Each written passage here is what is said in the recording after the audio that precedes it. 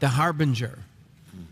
And it's mysteries now for us to understand what is God saying and what is God doing. And you can get the whole set of that too. God has given him so many writings, and he's literally been called to reach this generation. Yes. And I'm so grateful to have Rabbi Jonathan Cahn back with us today. Yes, we are. Do you believe God will disclose what is to come in the future? It's there, isn't it? And you keep finding the secrets because they're there. They're there. They've always been there. Yes. But the disclosure of them, what does it take for us to hear God like you hear God? Yeah, well, all of us, an open heart, and to seek him. It says, seek my face. If we don't seek him, how can we find? Seek his face, and I will show you. Call to me, and I will show you great and mighty things you know not of. You have a church, or a temple, in New Jersey. Wayne, New Jersey, about 20 minutes from New York City. Beth Israel. Beth Israel, the Jerusalem Center. Mondo, give me one. I'll give you a fact. One fact. Mondo, you got a fact? Yeah, I have a fact right here. Let's talk about this right here. We haven't talked about this since Rabbi's been here. One of the best-selling books of all time. That's right. New York Times best-selling book. Almost of all time, probably, of Christian books, right, Rabbi? I'm pretty sure it really is. And The Mystery of the Shemitah together have sold over 2.5 million copies. That's incredible. Now, The Harbinger is where it all began, right, Rabbi? Yes. And I can remember being, we were in our private dining after you were here. You actually, the first time anybody saw The Harbinger was here on this broadcast. First time I ever saw it, and the first book I ever signed was to you and Jim. It was. It was. And such an honor. How long has it been on New York Times bestseller list? Well, it began at that time, that I guess January when it came out, of 2012. Right. You know, exactly. About 100 weeks or so. 100 weeks on the bestseller list. Yeah. That is an amazing thing. Exactly. An amazing thing. And Rabbi, here's the other thing: is God has opened doors for him, and he walks through those doors. And I know, Rabbi, he's been sick. He's had to fight the flu or whatever like that. And what happens is he opens doors for you, Rabbi, and you go and I know that you speak at before the Congress. You have spoken right there in like Statutory Hall, right? I mean, have you ever been to Statutory Hall at the Capitol? If you haven't, you need to see that. It's amazing, isn't it? United Nations, I know that. Exactly. But to go and speak in front of these people. Capitol, right there at the Capitol. It's pretty awesome. I'm sure. Yeah. What that time with the Lincoln, you and Lincoln spoke. Well, he was dead. Yeah, well, but at the Lincoln Memorial. That's where Lincoln was when he was in the House. You know, that's where after the inauguration, that's where they all go and have their thing there. Oh yeah. And yeah, that opened up. I mean, that was amazing. It's been every year, but that's opened up because of The Harbinger, because someone saw me on television talking about it. That's right. And they said we have to do something, and the Lord just opened up. So every year they have this service in the Capitol for members of Congress and leaders. So I know it's a God thing. And when you go in there, you know, I've shared this. You know, I just have to. I cannot hold back there because I don't know how long that will be. And you know, you just have to do what God says, and that's you know, it's a prophetic moment. God wants us to speak to powers and to thrones. Absolutely. One of my favorite things about Rabbi was that you were a host of a radio show called The Two Jewish Boys. Two Nice Jewish Boys. Two Nice Jewish Boys. I was asked. Yeah, that's how the person. It wasn't my show. It was someone else. But when he's the one who asked me. A great dear friend asked me to come into ministry to lead the congregation. And he also had this program in New York. It was known very well, a live crazy program called The Two Nice Jewish Boys. So I came in for that in the ministry. Yes, I love it. And we used to get Orthodox Jews calling, and everybody, you know, Muslims calling, and it was wild. But that was right on cutting edge, because you guys would discuss topics that most people would not talk about. Yeah. And I love seeing the pictures. And, you know, he went out to be with the Lord now and passed away, right? But you travel all around the world, and you've been in India, you've been in Haiti, Honduras. I mean, Brazil. I mean, if once you read the stories about you in Brazil, and even one of my favorite prophecies that you had was in Cuba. Yes. That is an amazing story. I will say something, but I won't say it now because it's so much. It's a whole other thing. But what just happened, Fidel Castro, since we last were, his reign, it ended, after he was in power for, almost half a century. But there was a prophetic thing that had to do when I came down there, and something I gave him that we realized afterwards, and God knows, gave the exact time of the end of his reign. Wow. And I won't, it's too much to share now. God did, amazing things in Cuba. I'll share maybe next time. Yeah. But it's, you got to do. Yeah, I will. It's an amazing story of what God did, prophetic. Don't go away. We'll be right back after this special message. We put together this family gathering bundle. Right. Okay? Yes. And it's only $450. Yes, sir. Right. And so that is a year and 4 months. Yes, sir. That is a tremendous saving. And when you get this food, you get the fruit variety bucket, 199 serving. You get a vegetable variety bucket, 109 servings. You get the gluten-free black bean bucket, 215 servings. You get the Fiesta bucket, 196. That's the whole Mexican bucket. Yes, sir. Right. And then we have the French toast kit, which was just developed last month. And so it's a $925 value. So you're going to save $475. And then you get this bonus of 2 boxes of each flavor of Frontier Bites. Right. And so there's macadamia, pineapple, coconut. There's pecan, cherry, cinnamon. There's almond, blueberry, lemon. And so you get, how many boxes of that now? 2 of each flavor. This is a special product that's only going to be for this special week. That's right. That's right. It's good. Okay, now you have the new meal extenders.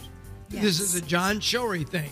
This meal extenders is 1,837 servings. Good. There's almost 2 years of food. Right. So. Right. And extenders, they're like, put some water in the soup, Ma. Yes. Because we got company. That's you right. know, and that's what extenders are. Yes. And I think we ought to order one right now. I do too. This because is great. we've got lots of food stored away. Right. But when people drop in, right, they can eat a lot. Well, the extenders are. You have to add some extenders like lentil bean bucket, which is 386 servings. I could sing the Hallelujah chorus. I know I love lentils. I'm a lentil fan. It's true. They give me energy. Yes. Can't you tell? Yes. Okay, pinto beans. 432 servings. Right. So then what's the next one? White rice bucket. How many servings? 405. Then what is this vegetable stew mix? 388 servings. Yes. So then the potato slice bucket. So what can you do with a potato slice? Anything.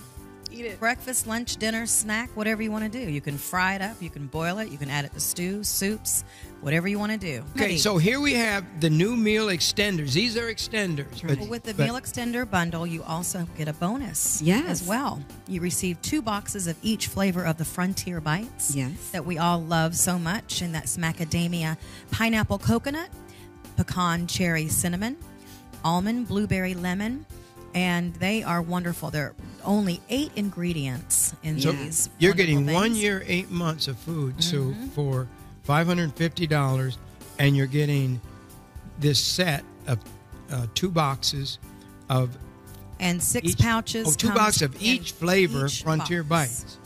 So call 1-888-988-1588 or write us today at P.O. Box 7330, Branson, Missouri 65615, or go to the website jimbakershow.com.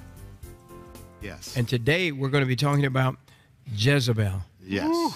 The wife of the king. Are we would she be Queen Jezebel? Are we ready for? Yes, she was. We're Are ready. we ready for this? Yes. Okay. Let me just say this, because I want to say it each time. At least this: we are not ever to make anybody our enemy. We are to pray for all people who are against the Bible in their actions. This is we have to. This is not saying that the people in there are the same, but they are following a template as in the same way as Israel's fall, this links to how America has fallen from God. So having said that, okay, so we've been looking at the mystery of the kings, which is first time I'm sharing this outside of Beth Israel, and that is that there's a template in the fall of Israel, not only the harbingers, and that's got to actually overlaps with the harbingers, but same northern kingdom, where you're going to see this amazing parallel in the fall of America from God. You're going to see, so we looked the first time at the first one, which is King Ahav or Ahab, who was a man who was, it says, you know, the commentaries will say he was strategic, tactical, but he had some moral weakness as well, but he helped accelerate the fall of his nation, the spiritual fall. Well, we looked at what happened, and this is matching up. It's going to match up even more. In the Clinton administration, Bill Clinton was known as all that, and he accelerated abortion, accelerated all these things. He was the first president in history to come out all in favor, behind all these things, which were anti the Bible and all these things. So we had that. Now let's go to the next template. The next template is he wasn't alone. Ahab, it wasn't just Ahab, it was Ahab and Jezebel. Who was Jezebel? She was a Phoenician princess who was probably given to Ahab in marriage as probably a political alliance. Her real name was Isabel. That's we call her Jezebel, Isabel. She was raised worshiping Baal. Her father was a priest of Baal and Ashtoreth, and who actually killed the king and became king in his place. And that was her child. That's what she was raised at. And so she came to the new land. She came to Israel, but instead of adapting to Israel, she took her ways and sought to impose it on Israel. She sought to impose unbiblical ways on a biblical nation, or new morality, not against the traditional morality. And so the template of Ahab and Jezebel is a strategic but morally weak king who the Bible says, was incited or goaded by his wife, provoked by his wife. She, in many ways, Jezebel was the power behind the throne in many ways. To much of the people of Israel, she was seen as a foreigner in a foreign morality. She wasn't trusted, undoubtedly, by many. And she did have an agenda there. So it was unprecedented in Israel's history, because the first time you have a co-regency. You got the king. It wasn't just King Ahab. It was Ahab and Jezebel. Major person. So here we go. And again, we love the people, pray for the people. They don't know what they're doing in this respect. But the phenomenon, here it is. In American history, we had another unprecedented phenomenon. For the first time, we had in the White House, we had not only a president, but we had, in a sense, a co-president. And they even said you're getting 2 for 1. We had, with Bill Clinton, we had Hillary Clinton. She was centrally involved with her husband's rise. Even as early as the 70s, she's saying he's going to become the president. In the 70s, he's going to be the president of the United States. The template of Jezebel is one and I want to say also something else. It's not that every part of a template has to be the things, but there are key signs in it. Is that a woman marries a man from a conservative land, but she brings in her own values. Well, Hillary Clinton married Bill Clinton.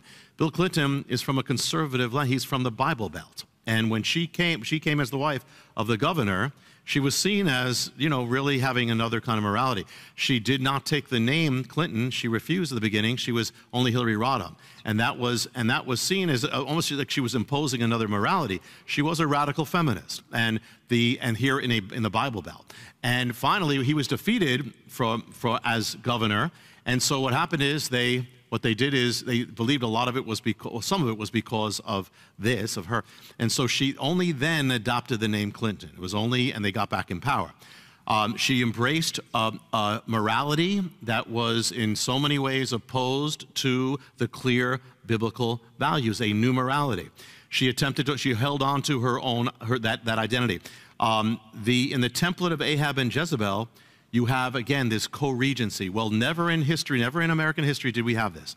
But she actually moved into the White House and actually had an office in the White House. The aides called it Hillary Land, that she actually ruled with her husband, a co-regency. In the template of Jezebel, you have the king has a weakness about him. But the queen is considered to be the harder one, and that's exactly what you had as well.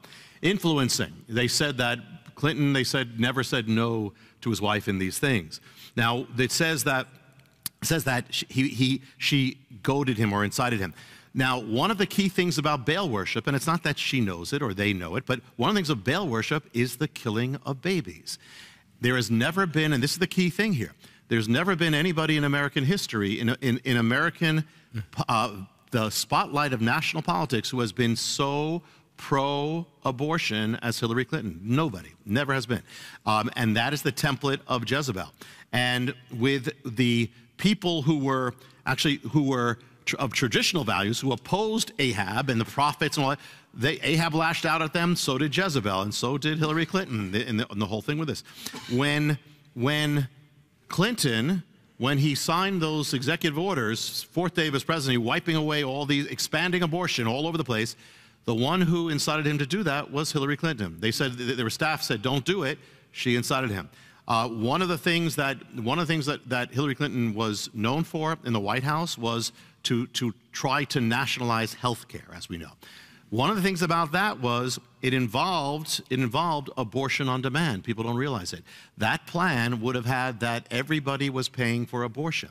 In the template of Jezebel, she's trying to force the worship of Baal, which involves the killing of babies on all America. Not that she knows it here, but that's the exact template here. Now, let me say there's more about this, but let me say something. Now, you think most believers think of Ahab and Jezebel, and they think, okay, you know, they came and then their reign ended. Didn't quite happen. What happened was the reign of Ahab ended, but Jezebel went on. And that's what we're going to see in the next template, okay? It went on, okay? But before that, I'm going to say something else. The template is so kind of precise that in the next time, I'm going to come back to it in a few moments, but it's going to actually hold the key of, it's going to give the timing of these things, okay? So we'll get to that in a few moments, okay? All right, so that's where we are. But I wanted to share something, you know, we were talking Mondo before, because I want to intersperse it so we go from heavy to lighter. But I was in Israel since I last came here, since I was last here. We had an interesting incident, and that is that we were on the Temple Mount, and I had the tour, about 400 believers on the Temple Mount, and the Muslim authorities kept following me around the whole time. And finally, what happened is we had a big thing, a confrontation. I spoke on the Temple Mount, I spoke of the temple. Naturally, you know, that there was a temple here. I mean, that's kind of, you know. And because I did, they started coming on all around me, and the Muslims threw us off the Temple Mount. And, you know, because we mentioned that there was a temple on the Temple Mount, you know, and this made news there. If we had tried to protest it probably would have been an international thing, because things happen on the Temple Mount, you know. But it shows the warfare that is still there, and that I want to lead to something that's very important, that is prophetic. It is Jerusalem. And that's one of the things also on the album that's so important, that we know the prophetic, that Jerusalem's the center. So let me just take a break to talk about Jerusalem for a moment, and then we'll get back to Jezebel and the temple. Okay. Yeah. This is powerful stuff. Yeah. It really is. And this is stuff that nobody dares preach. And it is, and I'm telling you, I have the original notes. And the stuff in there that you're leaving out, you're too shocked to, I mean, not you're shocked, there's no but time. We're shocked to go on television with it too. And so, but you can have the videos and get this set for the gift of $55. You get the 8-video set of these mysteries, and all of it's in there. This whole new revelation of the amazing experience, and we're gonna share some of it on TV, but we don't share 10% of it hardly. Of what's in it. And so if you want to get that set, and find out what the detail by detail by detail, it'll blow your mind. It will. We're reliving the Bible days right now. And for a gift of $55, you can get the one set. But then for the gift of $85, you get that set. The Mysteries of Kings and More. This 8-DVD set contains incredible mysteries like The Mysteries of the Kings, Part 1 and 2, where you will learn of an explosive mystery that lies behind everything that was, that is, and that is yet to come. It links up with the Harbinger, and it has everything to do with what's happening in the world right now. In the tracing of your life, you will discover the master plan and the blueprint that exists for every moment of your life. Then open the deep and wonderful mystery of you and Jesus that will change forever the way you read the gospel in the mystery called the identical. How can you have a breakthrough in your walk, your relationships, your callings, even a breakthrough over habits and sin? Learn the specific key you need to guarantee the breakthrough in your life in the momentum secret of breakthrough. Then the answer of where we are right now, judgment or revival, what it means for your life, revealed in Josiah's window. The mystery of the Jordan will show you the secret of God, of Jesus, and your life on how to live in God's greatest blessings. You will also receive a bonus DVD called The Cup of Reeling. Jerusalem, discover why the ancient city of Jerusalem is the center of current events and the future of the world. You can also receive the Study of the Mysteries offer for a donation of $85 or more to the ministry. In this offer, you will receive the Mysteries Volume 20, The Mystery of Kings and More, 8 DVD collections, Rabbi's best-selling new book, The Book of Mysteries, and the brand new Book of Mysteries Prayer Journal. This prayer journal is the perfect companion to the Book of Mysteries. You can record your thoughts and prayers in these pages that correspond to each mystery. This book comes in a beautiful leather-like binding with the lettering impressed into the cover. You will also receive the Harbinger Man DVD as a special bonus when you order the Study of the Mysteries offer for a donation of $85 or more to the ministry. This is a value of $200. The new Book of Mysteries journal and the beautiful Book of Mysteries, one of the most amazing books I've ever read. And it has also the Harbinger Way. The Harbinger Man video about Rabbi and what the Harbinger's all about. And then if you want a bonus on top of that, you can ask for my video of the interview with Ronald Reagan from about 35 years ago. That is so prophetic that you ought to read it now or see it now, actually. So you can get that for a gift of just $85 for all of this. And it's something very special.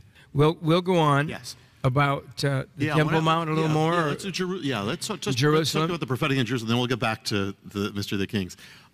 Because this is the center of everything. You know, and just since I was last here, something major happened. United Nations, America, this is Obama planned this, without any question. America abandoned Israel over Jerusalem. So what is the issue of Jerusalem? Jerusalem is the center of biblical prophecy. Everything is centering on it. That's the end game. That's the final goal. It's Jerusalem. So we need to know where we are in this. And let me just give you, in maybe 2 minutes or so, 4,000 years of Jerusalem's history. Just so you have an idea, okay? Just so you have an idea, okay? It becomes the capital of the kingdom of David. The capital, Jerusalem, becomes, all the tribes go up. It's the center of everything. The temple, Jerusalem, the holy city, Israel's beloved Jerusalem. Then comes Babylon. Babylon comes in, 586 BC, and they destroy Jerusalem, take the people captive for 70 years. They come back, and they come back under Nehemiah, Ezra, Zerubbabel, and they rebuild Jerusalem. Jerusalem becomes now, this is the second temple, second Jerusalem, and now Messiah comes. Messiah comes to Jerusalem, weeps over it, because he says, there's not one stone that's going to be left on the other, because Israel, you didn't recognize the time of your visitation, and you won't see me again until you say, Baruch haba b'Hashem Adonai, blessed is he. So here, Jerusalem, 40 years later, destroyed. Romans come in, destroyed on the same day that the Babylonians destroyed, 9th of Av, destroyed. Jewish people begin scattering them away, and then it becomes, quote, Christianized under Constantine. So now, Constantine comes in, Helena, his mother, they start identify holy sites. So they make it Christianized. That lasts for a little while, and Byzantine becomes increasingly anti-Jewish. Then from the deserts of Arabia comes the new force, and comes this merchant trader who believes he's a prophet, Muhammad. He sweeps across the Middle East, and then after Muhammad, they get to Jerusalem. The Muslims look it all over. They convert the churches where they can. Their general policy, convert it into a mosque or build a mosque right over it or buy it higher. They make it Muslim. They declare the Temple Mount is now the third holiest site in Islam. Until finally, in the Middle Ages, comes the Crusades. The Pope calls for a crusade to take back Jerusalem and take back the Middle East. Then the Muslims take it back. Saladin comes back. It becomes a Muslim ruled city again for years and years and years until, well, still comes the next power, the Ottoman Turkish Empire rises up. Now they're not Arabs, but they're Muslim. So comes the World War I, and the Ottoman Empire is drawn into the war. And so what happens is, in 1917, Ottoman Empire begins to collapse, crumble. Jerusalem, for the first time in 2,000 years, Israel comes into the hand of a power that is favorable to the Jewish people, the British Empire. But then what happens is comes World War II. And now Jewish people are fleeing for their lives from Hitler. After the war, you have Jewish people, you have the Arabs, and the Britain Empire says, we don't want to handle this anymore, gives it to this organization meeting in New York called the beginning of the United Nations. They say, you deal with it. 1947, UN votes to split up the land, make one part Arab, one part Jewish. The Jewish people say it's not what we want, but we'll accept it. The Arabs say no way. So Jerusalem will go to nobody. It will be an international city. We will not give it to the Jews or the Arabs. So what happens is, right after, on May 14th, May 15th, Israel is proclaimed. The Arab nations come in to destroy it immediately on its birth. By a miracle, Israel survives and wins the war. And so now Israel is there. Doesn't have Jerusalem, though. Jerusalem in the war, Jordan takes it over. So what happens is the Six-Day War. 1967, miraculous. The Arab armies are gathering around Jerusalem. They're around Israel, saying, we're going to destroy you. We're going to drive you into the sea. Israel takes a preemptive strike. 6 days. And in the midst of the war, Israel tells Jordan, don't join this war to destroy us. Jordan joins the war. Then all of a sudden now Jerusalem is in play. So what happens is, by a miracle, Israeli soldiers enter the Gate of the Lions. They come in under heavy fire. They get to that western wall. They weep. They break down and weep. The rabbi comes with them, and he sounds the shofar. Remember, we spoke in the Shemitah. It's the Jubilee. Remember something about that, Rabbi? It's Israel's Jubilee. They're getting back their inheritance. They're coming back to their land. You know, what was that land before, at the beginning, when David actually purchased it? It says everyone will return to their land. You know, he purchased it. It was a threshing floor. Remember that, the Temple Mount? Yes. In Hebrew, the word for threshing floor is gorem. The rabbi who sounded it, his name was Rabbi Goren, Rabbi Threshing Floor. That's and amazing. He's the one who sounded it. So now Jerusalem is back, and they say it's back in our hands, and we will never leave Jerusalem again. That's what Israel says. The world goes crazy. UN condemns them, saying this is not your land, and they say, well, this is our land. Now they've been telling Israel since then, give back that land. You know, if you give back Jerusalem, you won't have any problems.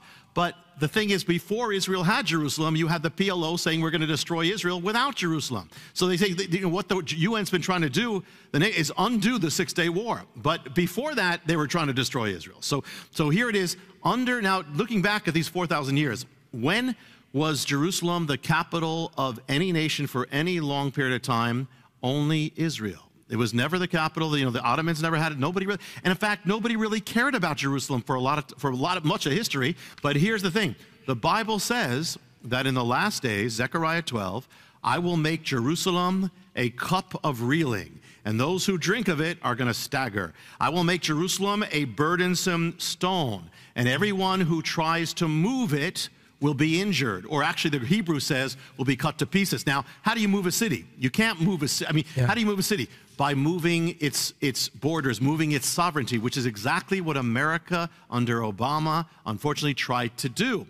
And that resolution, it declares it Palestinian territory. Israel's occupying power. It says that Israel has no right to Jerusalem. It's it's the only nation in history, Israel, that just to build houses, they get condemned for building houses, not for war.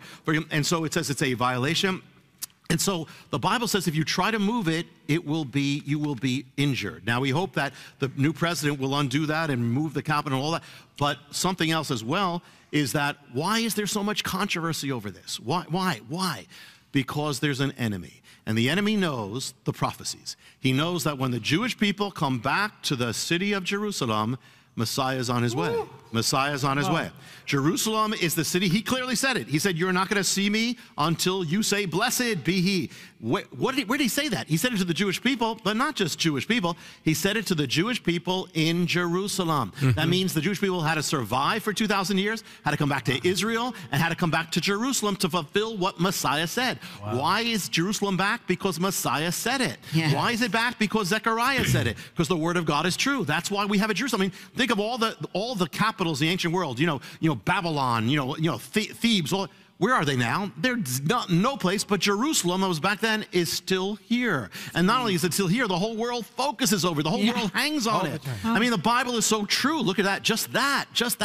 And why is it? Because the enemy knows. And just one little, and I cut out thousands of years, but to say one quick thing, but that's it. That's on the album. It's on this album right here. You've got to get all of this. Yes. This is history. This is why we're in Jerusalem. This is why we're in the war. This is why it is so dangerous for us to play games with the land that belongs to God. Yes. And a spiritual thing for all of us. The Bible says that if you're born again, you are, number one, you're a citizen of Israel. That's the Bible. That's Ephesians 2. You are now a citizen of Israel. Number two, you are also a child of Jerusalem.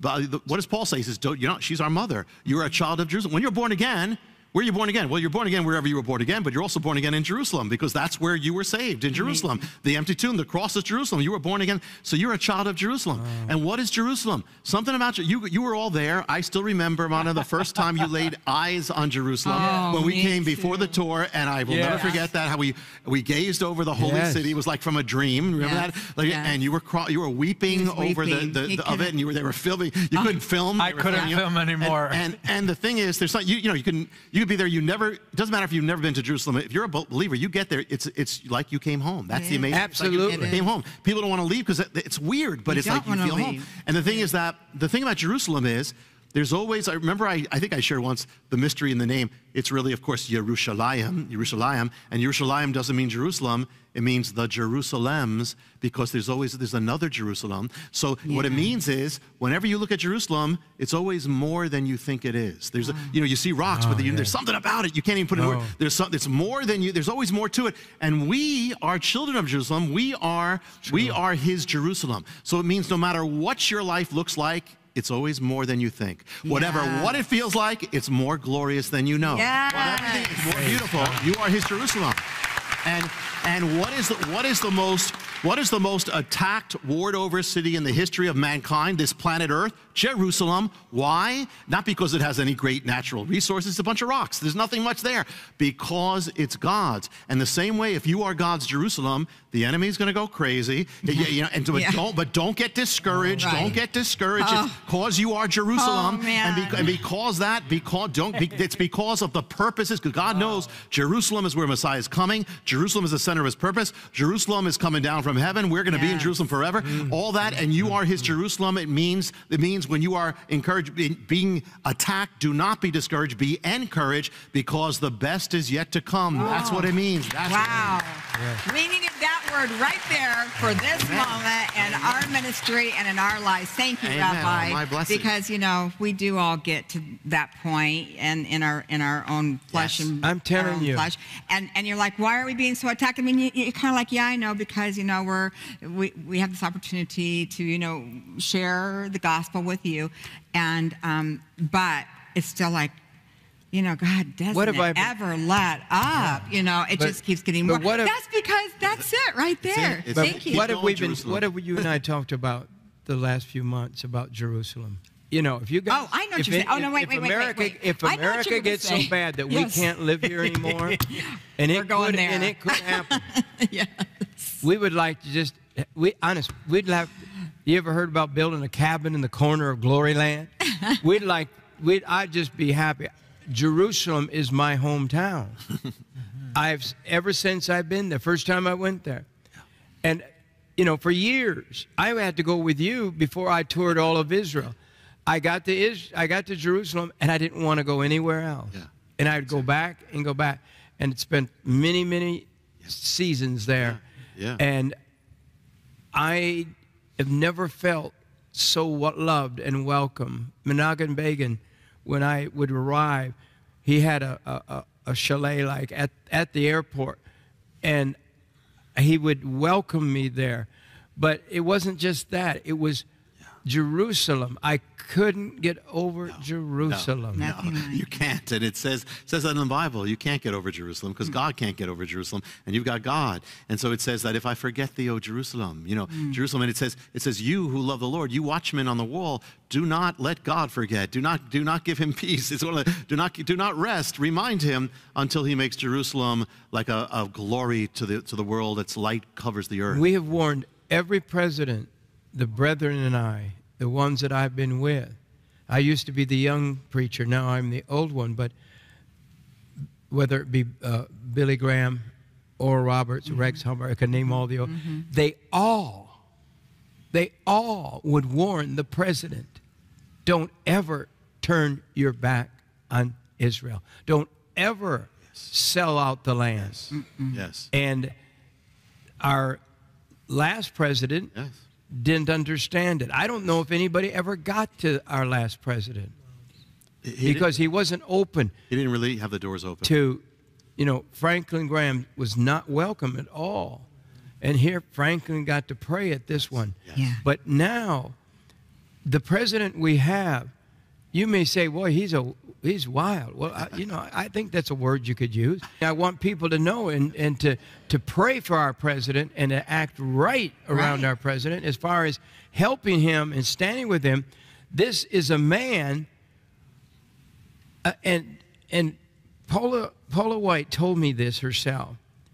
She said his biggest fear is to not please God, to do something wrong in the sight of God. This is an answer to prayer that we have a president who wants to honor Jerusalem. He wants to move the capital of Israel. The embassy. Yes. Embassy. Yes. The embassy. To the capital. To the capital. Yeah. And to honor it and recognize it, because nobody will dare do it. Yeah, and he's getting a lot of flack. Pray for that, And the thing is that, think about this: what capital in the world do people not have their embassies in? Exactly. Only Jerusalem. Right. Only it's telling you how true God is. Why? I got just one question, then we'll go on. Yeah. Why are people so mean? Why are people so anti-Israel, so anti-everything, dividing it, hated it? I mean, they were attacked. Yeah. Israel was attacked and won Jerusalem. The war, they didn't declare wars on all these They weren't people. trying to take over anything. They were, again, defending. They were trying to stay alive. Fighting for lives. Now, when Jordan took it, and it was attacking when they took it. That's right. There was nothing. Now Israel, to defend itself, takes it, said, we don't even want to get into a war with you. And it happened because... But this is spiritual yeah, something. Spiritual. What's going on? It makes no sense. If you go to Jerusalem, I mean, again, Jerusalem, people who haven't been there, it's hard to put this all together. It's a bunch of rocks. There's nothing there. One side is a desert, one side is sheepland. It's a bunch of rocks. And yet there is something. Why is this the center of the world? Because God said it. God said, this is the place where I'm putting my name. And so all nations, it says all nations will come against it. And we're watching. This is true. It's proving the Bible what happened to the UN. I mean, now. It doesn't make any sense except